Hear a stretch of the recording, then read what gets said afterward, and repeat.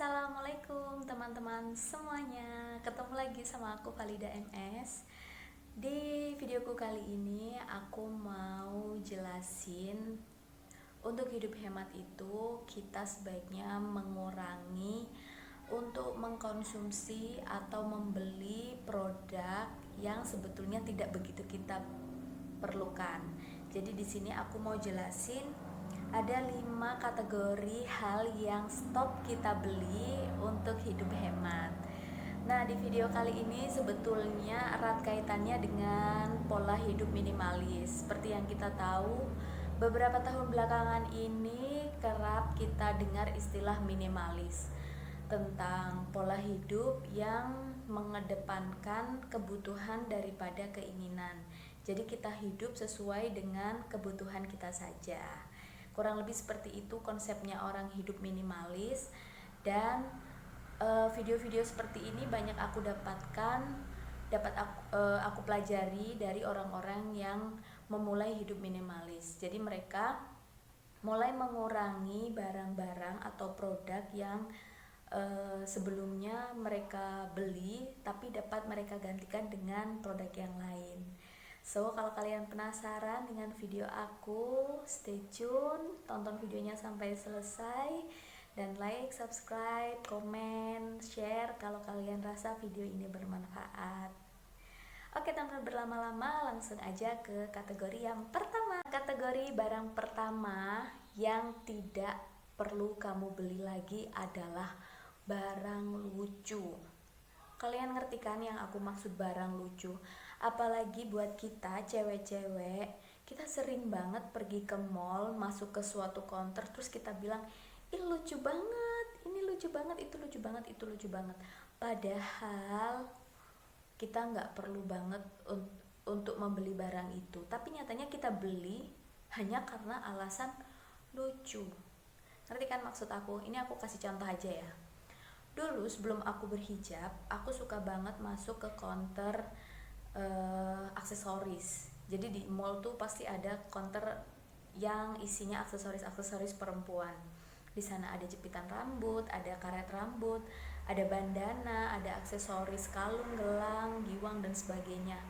Itu menurut aku lucu banget sih, apalagi warnanya yang gemes, terus ada karakter-karakter boneka atau kartun yang lucu-lucu itu pasti kalian gemes banget kepengen beli. Alhasil setiap masuk di counter itu, entah hanya 1 atau 2 barang aku pasti beli. Dan kenyataannya setelah aku pulang, sebetulnya barang itu nggak terlalu aku butuhkan. Nyatanya aku udah nggak akan pakai lagi, dan aku hanya beli itu hanya karena kemarin kepincut pas di store-nya gitu. Padahal nggak aku pakai gitu. Aku yakin nggak cuman aku yakin di luar sana khususnya cewek-cewek sering banget beli hanya karena lapar mata, karena kepincut, karena lucu itu tadi. Dan biasanya selain aksesoris gitu, aku tuh juga sering pergi ke toko ATK.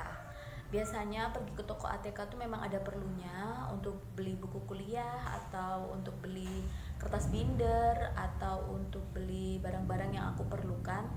Tapi kenyataannya ketika aku sudah pulang, yang ada di kresek belanjaanku itu bukan hanya buku atau keperluan yang dari awal mau aku beli. Aku selalu pulang dengan beli pouch karena aku suka koleksi pouch gitu. Jadi entah aku waktu itu mikirnya ini karena lucu aja, atau seolah-olah aku berpikir bahwa ini tuh akan aku perlukan gitu. Padahal kenyataannya ketika sudah sampai rumah, aku nggak akan menggunakan pouch itu karena di rumah sudah terlalu banyak pouch gitu. Jadi hindari juga membeli sesuatu yang sifatnya koleksi.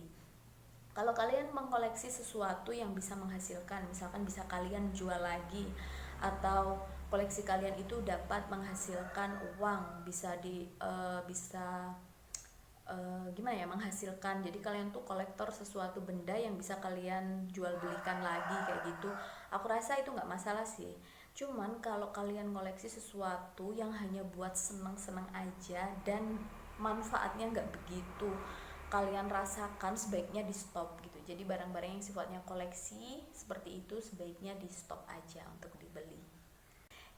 Kategori yang kedua ini, barang yang wajib kalian stop untuk beli adalah barang-barang yang lagi ngetren. Paham kan? Barang yang lagi ngetren. Kalian sudah tahu pastinya, setiap hari, bisa jadi setiap minggu, bisa jadi setiap bulan, tren itu selalu berubah. Namanya juga tren ya, dia itu dinamis gitu. Jadi bahkan setiap mau memasuki tahun yang baru aja, misalkan untuk item fashion di sini, para desainer itu sudah ngomong di publik bahwa tren yang akan ada di tahun depan adalah seperti ini, seperti ini. Kenyataannya di tahun depan nggak cuma satu tren aja yang akan kita lihat, akan muncul banyak tren di tahun ini. Misalkan di tahun 2020 aja kita tuh udah ngalamin banyak sekali perubahan tren. Ini kalau konteksnya dalam fashion, misalkan sempat beberapa waktu lalu tren celana yang kayak cowok kayak gitu, terus ada lagi jaket yang gimana kayak gitu. Itu aku sebagai orang yang ngamatin aja, aku tuh ngerasa kayak, wah gimana sih rasanya jadi orang yang harus mengikuti tren kayak gitu. Berapa sih kira-kira uang yang mereka keluarkan untuk membeli barang-barang yang sifatnya hanya sebulan sekali, 2 bulan sekali, 3 bulan sekali harus mereka ganti seperti itu. Menurut aku ini buang-buang uang sekali ya. Jadi aku pribadi sebagai orang yang nggak begitu mengikutin, maksud aku yang nggak begitu suka beli sesuatu yang sifatnya tren, aku ngerasa itu sangat-sangat mubazir gitu. Jadi misalkan sekarang kita lagi beli jaket jenis ini, 3 bulan lagi ketika kamu pakai jaket jenis itu, kamu udah kelihatan kuno gitu, karena barang tren tuh memang seperti itu. Beda ceritanya dengan barang-barang yang aku beli. Aku dari awal memang komit untuk membeli misalkan item fashion itu sesuatu yang basic, baik dari segi warna, baik dari segi model. Aku memilih untuk warna-warna yang aman dan juga model-model yang tidak akan lekang oleh waktu. Jadi ketika aku pakai baju itu kapan aja, aku tuh ngerasa aku nggak ketinggalan zaman dan aman gitu. Jadi aman banget lah kalau dipakai. Selain item fashion, biasanya orang ngikutin tren itu dalam hal gadget. Misalkan HP. Aku tuh ngelihat perkembangan HP dari tahun ke tahun, dari bulan ke bulan itu memang semakin lama semakin canggih ya. Bagi orang yang mengedepankan fungsi, HP itu cukup digunakan untuk sebagai alat komunikasi. Tapi bagi orang yang ngikutin tren, mereka hanya akan mengejar series terbaru dari keluaran sebuah merek, yang sebetulnya fungsi dari handphone itu mau dia upgrade berapa kali pun fungsinya adalah untuk alat berkomunikasi. Tapi untuk beberapa orang yang memang pekerjaannya di dalam bidang seperti itu, aku nggak menyalahkan buat mereka selalu upgrade gadget mereka. Cuman bagi orang-orang yang ingin berhemat, untuk hidup hemat seperti aku pribadi menyarankan untuk tidak perlu membeli sesuatu yang seperti itu, karena gadget itu mahal dan pergantiannya dari satu tren ke tren berikutnya itu sangat cepat. Menurut aku itu sangat-sangat rugi kalau kita menghabiskan uang kita untuk hal-hal seperti itu. Masuk ke kategori yang ketiga. Di kategori ketiga ini, aku sarankan kalian untuk stop membeli barang-barang yang tidak multifungsi.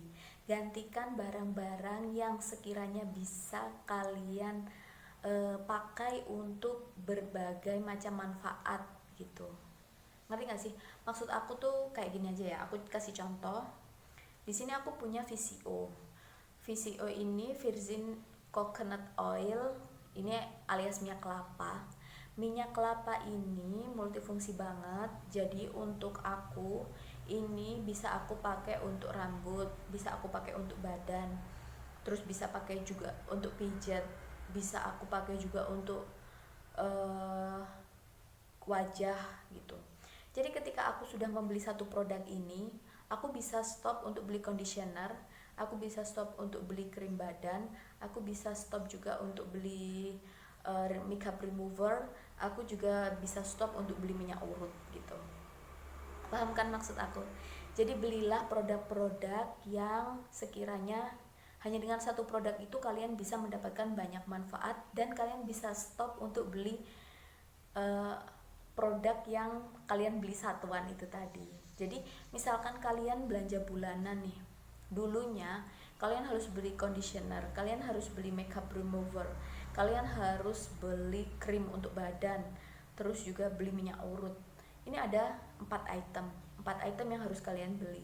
Tapi dengan kalian sudah menemukan satu produk yang multifungsi ini, kalian hilangkan 4 produk itu tadi dan hanya cukup untuk beli satu produk ini. Kalian udah bisa mendapatkan manfaat dari 4 produk itu. Lanjut di kategori yang keempat.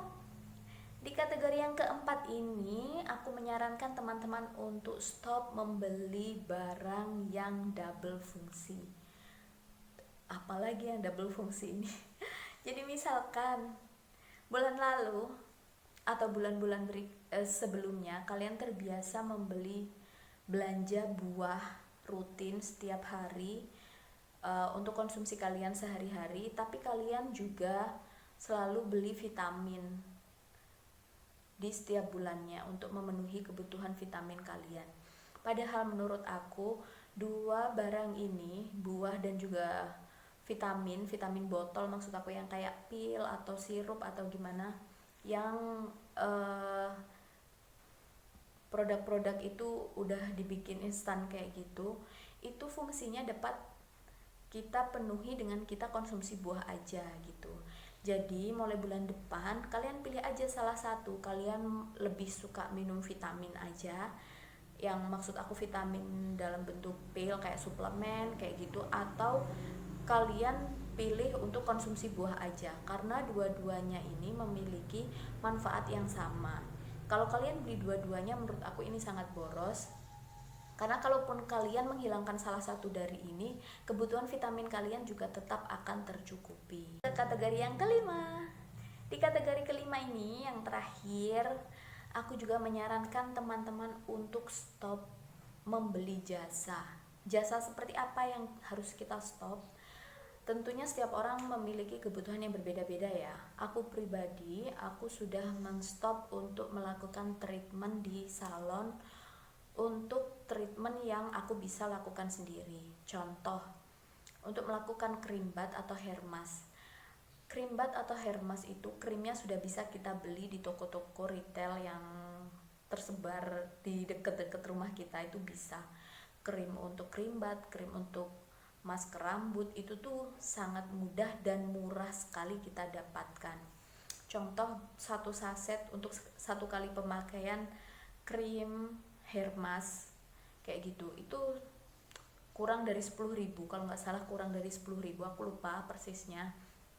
Sedangkan kalau kita pergi ke salon untuk melakukan treatment itu, ditambah dengan harga jasa dan mungkin ditambah dengan keuntungan mereka, itu bisa sampai 30 sampai 50 ribu rupiah. Bayangkan berapa uang yang bisa kalian hemat dengan melakukan treatment tersebut di rumah dan dengan ketika kalian ada di salon.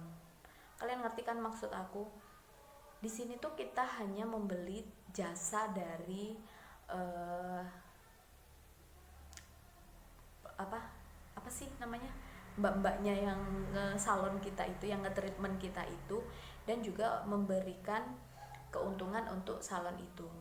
Sedangkan kita sebenarnya bisa banget melakukan itu sendiri di rumah. Atau untuk perawatan kuku gitu. Waktu aku kuliah dulu, aku tuh inget banget beberapa teman yang mungkin memiliki uang jajan lebih, mungkin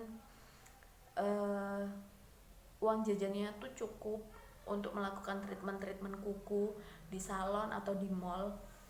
Aku tuh pernah tanya, berapa sih harga untuk satu kali cat kuku di mall? Aku tuh pernah tanya kayak gitu karena seorang teman itu sering banget cat kuku di mall gitu.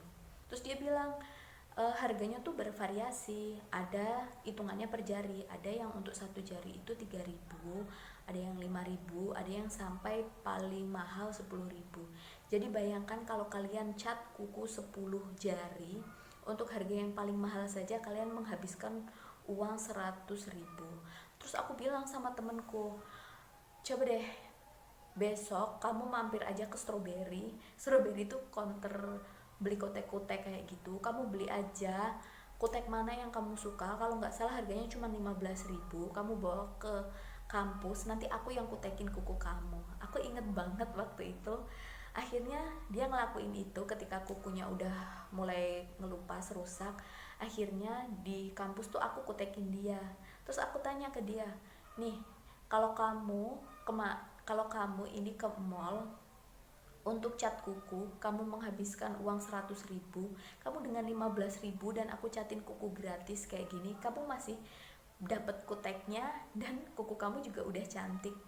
Paham gak sih? Hal-hal kayak gini tuh menguras uang banget, dan sebetulnya menurut aku sia-sia aja karena kita sebetulnya bisa melakukannya sendiri gitu. Tapi untuk jasa-jasa yang sekiranya kita tidak bisa melakukan sendiri, aku saranin jangan dilakukan sendiri ya. Misalkan kalian harus potong rambut, sedangkan kalian gak ada pengalaman untuk potong rambut.